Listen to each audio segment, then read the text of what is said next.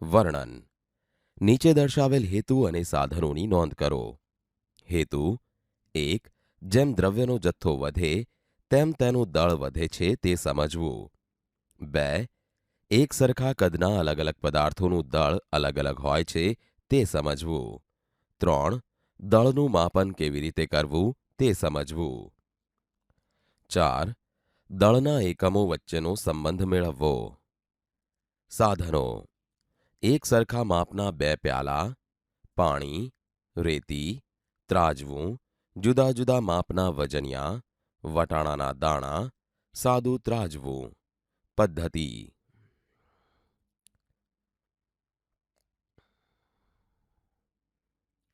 એક પ્યાલામાં અડધે સુધી પાણી ભરેલું છે, જ્યારે બીજો પ્યાલો પૂરેપૂરો પાણીથી ભરેલો છે. અડધા ભરેલા પાણીના પ્યાલાને પકડેલો છે.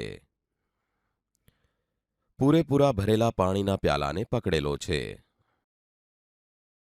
બંને પ્યાલાને ઊંચા કરતા આપણે અવલોકન કરીશું કે પૂરેપૂરો ભરેલો પ્યાલા કરતાં અડધો ભરેલો પ્યાલો વજનમાં હલકો છે, કારણ કે પૂરેપૂરા ભરેલા પ્યાલા કરતાં અડધા ભરેલા પ્યાલામાં પાણીનો જથ્થો ઓછો છે. આમ અડધા ભરેલા પ્યાલાનું દળ ઓછું છે.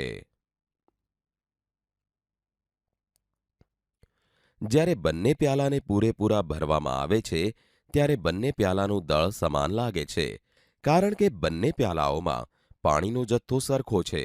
આથી દળ પણ સમાન છે.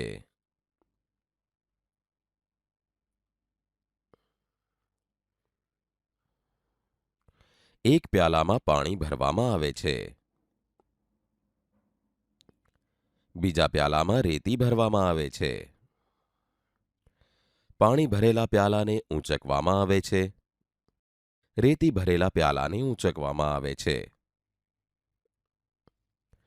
બંને પ્યાલાને ઊંચકતા આપણને રેતી ભરેલો પ્યાલો વધારે ભારે લાગશે, કારણ કે રેતીની ઘનતા વધારે હોય છે. આથી રેતીનું દળ વધારે હોય છે.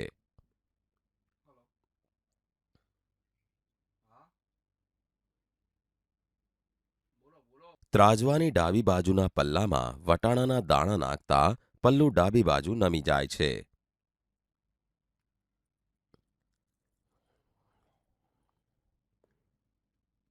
ત્રાજવાના જમણા પલ્લામાં ચોક્કસ માપનું વજનિયું મૂકતા ત્રાજવા સમતુલિત થઈ જાય છે.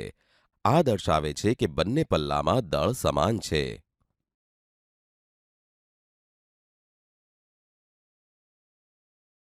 ત્રાજવાની ડાબી બાજુના પલ્લામાં રેતી નાખતા પલ્લું ડાબી બાજુ નમી જાય છે.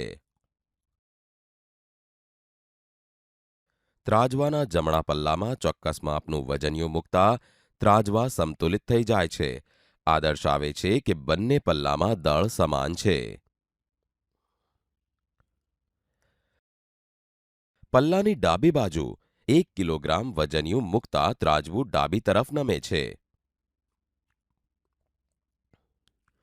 બીજા પલ્લામાં 500 ગ્રામ વજનિયું મૂકતા હજુ ડાબી તરફ નમેલું છે, કારણ કે બંને ત્રાજવામાં જથ્થાનું પ્રમાણ સમાન નથી. તેથી દળ પણ સમાન હોતું નથી. તેમાં બીજું 500 ગ્રામનું વજનિયું ઉમેરતા કુલ 1 કિલોગ્રામ થઈ જાય છે. હવે બંને પલ્લામાં વજનિયાનું માપ સમાન છે, તેથી દળ પણ સમાન છે. માટે ત્રાજવા સંતુલિત થઈ જાય છે. વિદ્યાર્થી મિત્રો, હવે આપણે નિર્ણય કરીશું. પાણીથી પૂરેપૂરા ભરેલો પ્યાલો વધારે ભારે લાગે છે. જેમ દ્રવ્યનો જથ્થો વધારે તેમ પદાર્થનું દળ વધારે હોય છે. તેથી પદાર્થનું દળ દ્રવ્યના જથ્થાના સમપ્રમાણમાં હોય છે. 1 કિલોગ્રામ બરાબર 1000 ગ્રામ. 1 ટન બરાબર 1000 કિલોગ્રામ. 1 ક્વિન્ટલ બરાબર 100 કિલોગ્રામ. વિદ્યાર્થી મિત્રો, બીજી પ્રવૃત્તિમાં તમારું સ્વાગત છે, જેનું નામ છે વજન. વર્ણન. નીચે દર્શાવેલ હેતુ અને સાધનોની નોંધ કરો. હેતુ: સ્પ્રિંગ કાંટા વડે પદાર્થનું વજન માપવું.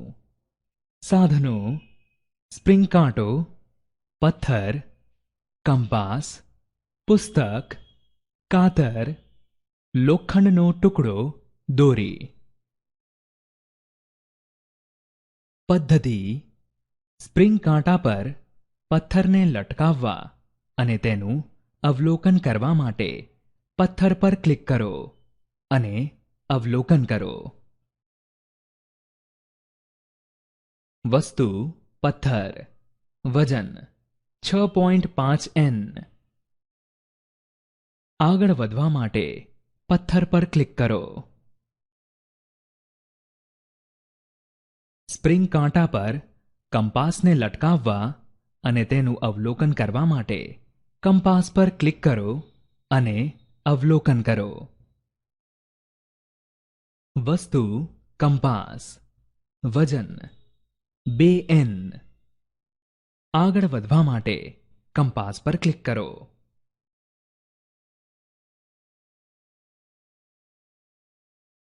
સ્પ્રિંગ કાંટા પર પુસ્તકને લટકાવવા અને તેનું અવલોકન કરવા માટે પુસ્તક પર ક્લિક કરો અને અવલોકન કરો. વસ્તુ પુસ્તક, વજન 2.5 N. આગળ વધવા માટે પુસ્તક પર ક્લિક કરો.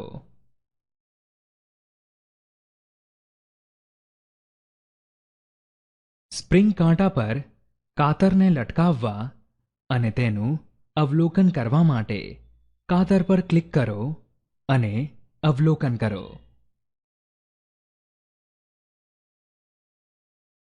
વસ્તુ કાતર, વજન 2 N. આગળ વધવા માટે કાતર પર ક્લિક કરો. સ્પ્રિંગ કાંટા પર લોખંડના ટુકડાને લટકાવવા અને તેનું અવલોકન કરવા માટે પથ્થર પર ક્લિક કરો અને અવલોકન કરો.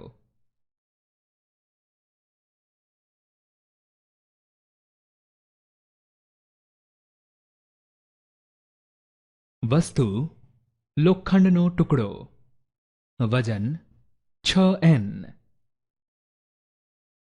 નિર્ણય: પદાર્થનું વજન આપણે W=mg સૂત્ર વડે અને સ્પ્રિંગ કાંટા વડે માપી શકીએ છીએ. વર્ણન: નીચે દર્શાવેલ હેતુ અને સાધનોની નોંધ કરો. હેતુ: 1. કદ વિશે સમજ મેળવવી. 2. ધારક શક્તિ કે ગુંજાશની સમજ મેળવવી. 3. કદના એકમો સમજવા. સાધનો: એક સરખી 2 વાટકી, વટાણા, મગ, એક જગ, એક પ્યાલો, પાણી, વિવિધ માપિયા. પદ્ધતિ: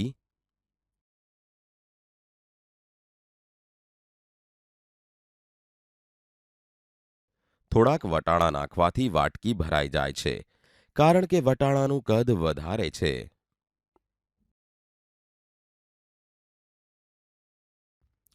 મગનું કદ ઓછું છે, તેથી વાટકી ભરવા માટે વધારે મગના દાણાની જરૂર પડે છે.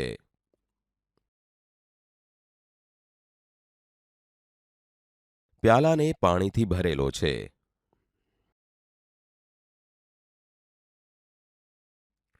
જગને ભરવા માટે પ્યાલામાં સમાયેલ પાણી કરતાં વધારે પાણીની જરૂર પડે છે. આ સાબિત કરે છે કે જગની ધારક શક્તિ પ્યાલા કરતાં વધુ છે.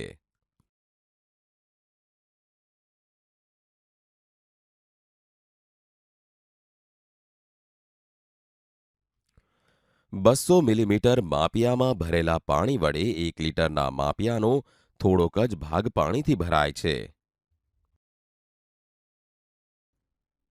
હવે તેમાં 400 મિલીલીટર માપિયામાં ભરેલા પાણી 1 લીટરના માપિયામાં નાખતા 1 લીટરનું માપિયું અડધાથી વધારે પાણીથી ભરાય છે.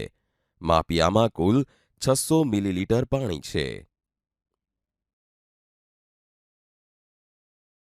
હવે તેમાં ફરીથી 400 મિલીલીટર માપિયામાં ભરેલ પાણી 1 લીટરના માપિયામાં નાખતા 1 લીટરનું માપિયું પાણીથી ભરાઈ જાય છે. કુલ પાણીનો જથ્થો 1000 મિલીલીટર છે. તેથી 1 લીટર બરાબર 1000 મિલીલીટર. વિદ્યાર્થી મિત્રો, હવે આપણે નિર્ણય લઈશું. 1. વટાણાના દાણા મગના દાણા કરતાં મોટા હોય છે, તેથી તે વધુ જગ્યા રોકે છે.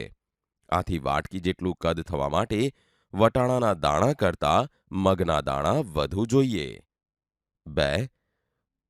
કોઈ પણ પાત્રની પ્રવાહીને સમાવવાની ક્ષમતાને પાત્રની ધારક શક્તિ કે ગુંજાશ કહે છે. પ્યાલા કરતાં જગની ધારક શક્તિ વધારે છે, તેથી પ્યાલા કરતાં જગને પાણીથી ભરવા માટે વધારે પાણીની જરૂર પડે છે. 3. 1 લીટર બરાબર 1000 મિલીલીટર. 1 મિલીલીટર બરાબર 1 ઘન સેમી, એટલે 1 સેમી ક્યુબ. 1 લીટર બરાબર 1000 ઘન સેમી, એટલે 1000 સેમી ક્યુબ. લીટર અને મિલીલીટર પ્રવાહીનું કદ માપવા માટેના એકમો છે. ઘન મીટર અને ઘન સેન્ટીમીટર એ ઘન પદાર્થનું કદ માપવાના એકમો છે. 1 ઘન મીટર બરાબર 10 લાખ ઘન સેમી. વિદ્યાર્થી મિત્રો, ચોથી પ્રવૃત્તિમાં તમારું સ્વાગત છે. પ્રવૃત્તિનું નામ પ્રવાહી પદાર્થનું કદમાપન. વર્ણન નીચે દર્શાવેલ હેતુ અને સાધનોની નોંધ કરો. હેતુ: આપેલા દરેક પાત્રમાં કેટલું પાણી સમાય છે તે માપિયાની મદદથી શોધવું. પીપેટ વડે પ્રવાહી પદાર્થનું કદ માપન કરવું. અંકિત નળાકાર વડે કદમાપન કેવી રીતે કરવું? અંકિત નળાકારની લઘુત્તમ માપશક્તિ શોધવી. અંકિત નળાકાર વડે કદમાપન કરવું. સાધનો: વિવિધ માપિયા, ડોલ, જગ, માટલી, પ્યાલો, પાણીની બોટલ, પાણી, પીપેટ, અંકિત નળાકાર, રંગીન પાણી, વાટકી. ડોલ, જગ, બોટલ અને માટલીનું માપન થાય ત્યાં સુધી પીળા ઝબકતા ટપકા પર ક્લિક કરો.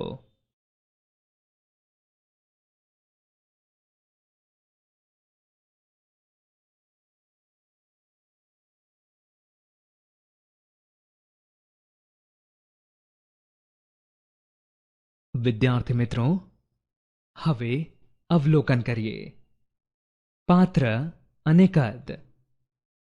ડોલ 12 લીટરની, જગ 2 લીટરનો, બોટલ 1 લીટરની, માટલી 15 લીટરની, પ્યાલો 500 મિલીલીટરનો. આગળ વધવા માટે 500 મિલીલીટર પર ક્લિક કરો. પીપેટના છેડાને બીકરમાં મૂકવા માટે પીપેટ પર ક્લિક કરો.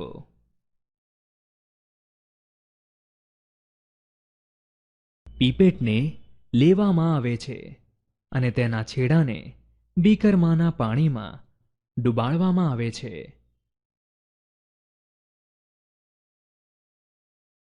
પીપેટમાં પાણી ખેંચવા માટે પીપેટ પર ક્લિક કરો.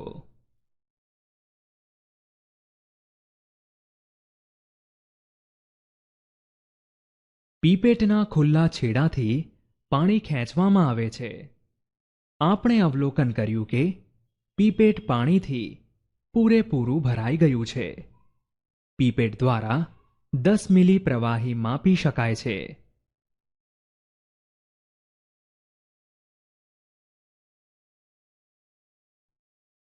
પીપેટમાં 10 મિલી પાણી રહે અને વધારાનું પાણી કાઢી નાખવા માટે પીપેટ પર ક્લિક કરો.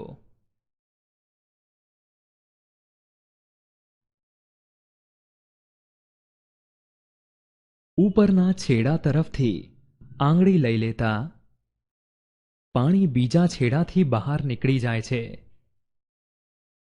પીપેટમાંથી એટલું પાણી બહાર કાઢો કે જેથી પાણીની અંતર્ગોળ સપાટીનો ભાગ 10 મિલીના કાપા સુધી રહે.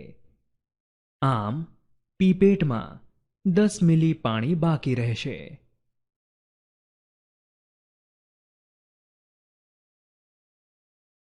પીપેટના છેડાને બીકરમાં મૂકવા માટે પીપેટ પર ક્લિક કરો.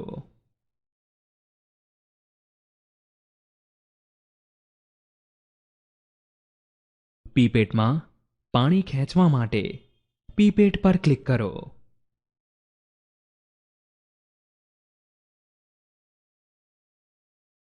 પીપેટને લેવામાં આવે છે અને તેના છેડાને બીકરમાંના પાણીમાં ડુબાડવામાં આવે છે.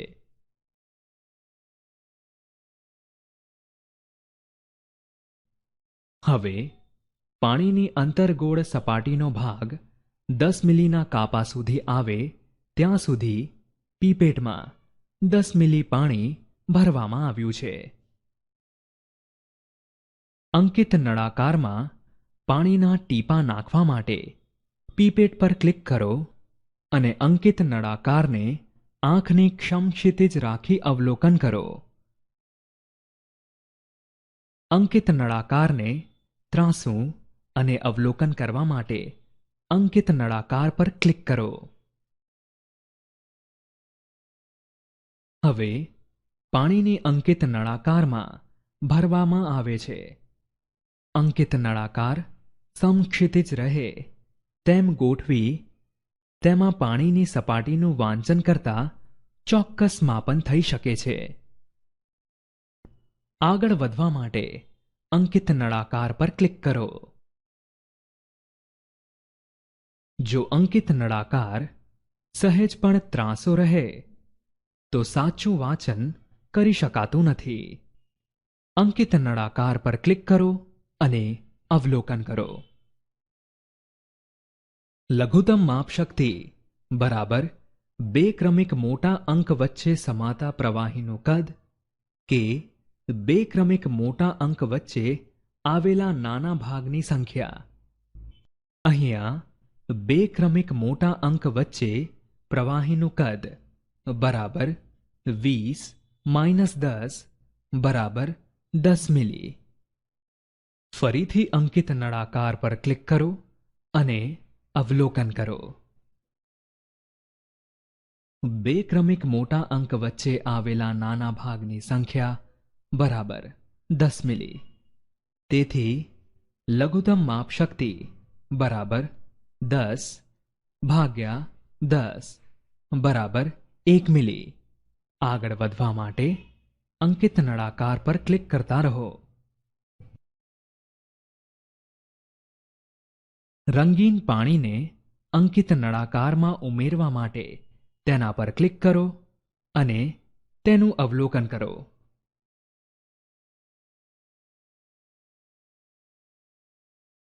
રંગીન પાણીનું કદ બરાબર 20 મિલીલીટર. નિર્ણય. વિદ્યાર્થી મિત્રો, આપણે સમજ્યા કે દરેક પાત્રની પાણી સમાવવાની ક્ષમતા ગુંજાશ પાત્રના કદ પર આધાર રાખે છે. આ રીતે પીપેટની મદદથી 10 મિલી પાણી લઈ શકાય છે. અંકિત નળાકાર સમક્ષિતિજ રહે તેમ ગોઠવી તેમાં પાણીની સપાટીનું વાંચન કરતા ચોક્કસ માપન થઈ શકે છે.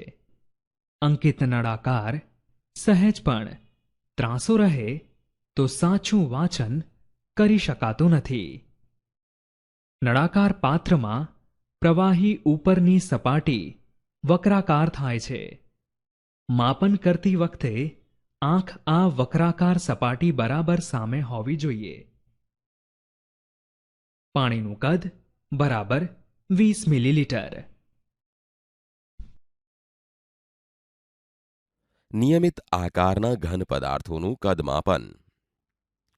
વર્ણન.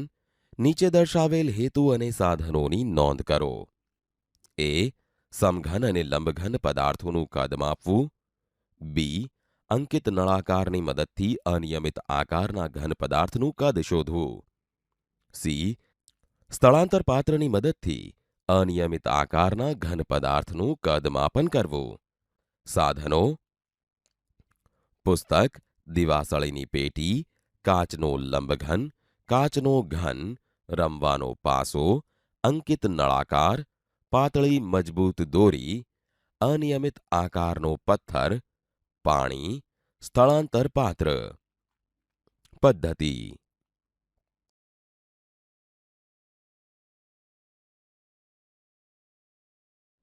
1. પુસ્તક. પદાર્થ પુસ્તક.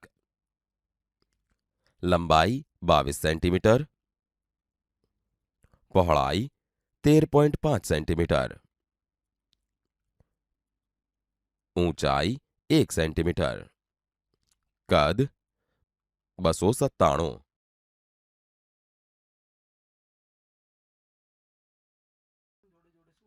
પદાર્થ દીવાસળીની સળી. લંબાઈ 5 સેન્ટીમીટર, પહોળાઈ 3.5 સેન્ટીમીટર, ઊંચાઈ 1 સેન્ટીમીટર, કદ 17.5. 3. રમવાનો પાસો. પદાર્થ રમવાનો પાસો. લંબાઈ 1 સેન્ટીમીટર, ઊંચાઈ 1 સેન્ટીમીટર, પહોળાઈ 1 સેન્ટીમીટર, કદ 1 સેન્ટીમીટર. 1. 4. પદાર્થ લંબઘન. લંબાઈ 7.5 સેન્ટીમીટર, પહોળાઈ 5 સેન્ટીમીટર, ઊંચાઈ 2 સેન્ટીમીટર, કદ 75.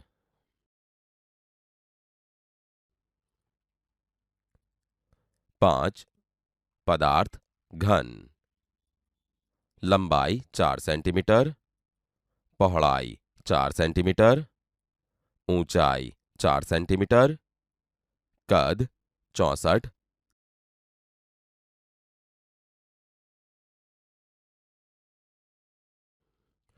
અંકિત નળાકારમાં પાણીનું કદ બરાબર V1 બરાબર 70 મિલીલીટર.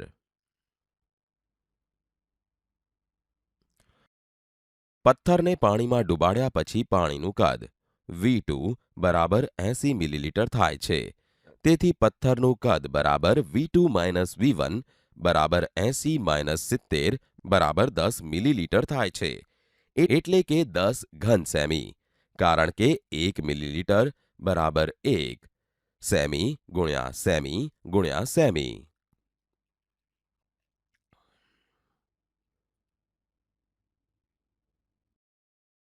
સ્થળાંતર પાત્રમાં ત્યાં સુધી પાણી ભરવામાં આવે છે જ્યાં સુધી પાણી નાળચામાંથી બહાર નીકળી ન જાય. પથ્થરને દોરી વડે બાંધવામાં આવે છે. સ્થળાંતર પાત્રમાં પથ્થરને ડુબાડતા અંકિત નળાકારમાં 17 મિલીલીટર પાણી જમા થાય છે. આમ પથ્થરનું કદ 17 મિલીલીટર છે.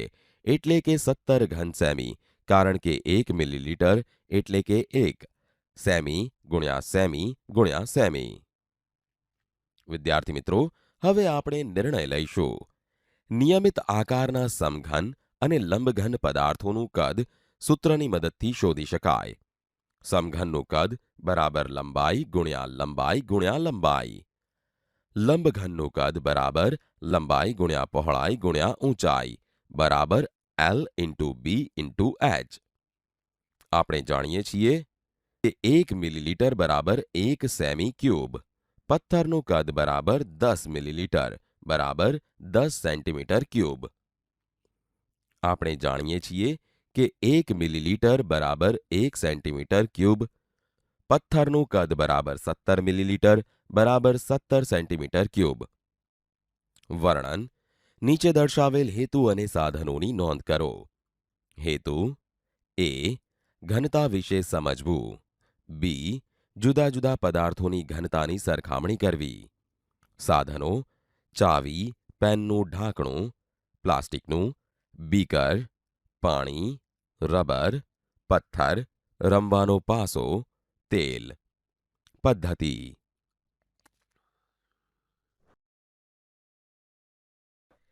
મોટા બીકરમાં પાણી ઉમેરવામાં આવે છે. પાણી ભરેલા બીકરમાં પેનનું ઢાંકણું નાખવામાં આવે છે. પેનનું ઢાંકણું પ્લાસ્ટિકનું બનેલું હોય છે. આથી તેની ઘનતા પાણી કરતાં ઓછી હોય છે. આથી તે પાણીની ઉપર તરે છે. હવે પાણી ભરેલા બીકરમાં ચાવી નાખતા ચાવી લોખંડની બનેલી હોવાથી તેની ઘનતા પાણી કરતાં વધારે હોય છે. આથી તે પાણીમાં ડૂબી જાય છે. ક્રમ 1. પદાર્થ ચાવી. દળ 49 ગ્રામ. ઘનતા 7. 2. પદાર્થ રબર. દળ 8 ગ્રામ. કદ 4 ઘન સેમી. ઘનતા 2. 3. પદાર્થ પથ્થર.